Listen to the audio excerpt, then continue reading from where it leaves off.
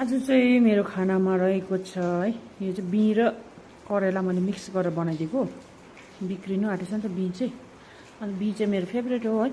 अन्त यो चाहिँ हो हाम्रो घरमै भएको सिमीको दाल है, सेतो सिमी, कान्छी सिमी पनि भन्छ यसलाई चाहिँ। अन्त यो चाहिँ मुला, सब्जी मुला र आलु बनाएको है। यो मुला चाहिँ नानाले ल्याइदिनु भएको थियो है। यो खोर्सानी चाहिँ एकदम हाम्रो घरमै फलेको, मैले अस्तितिर भिडियोमा। Good afternoon. आज चाहिँ हाम्रो चाहिँ पासाङ चाहिँ पुरा सरम गर्दैछ। के को सरम हो यहाँ?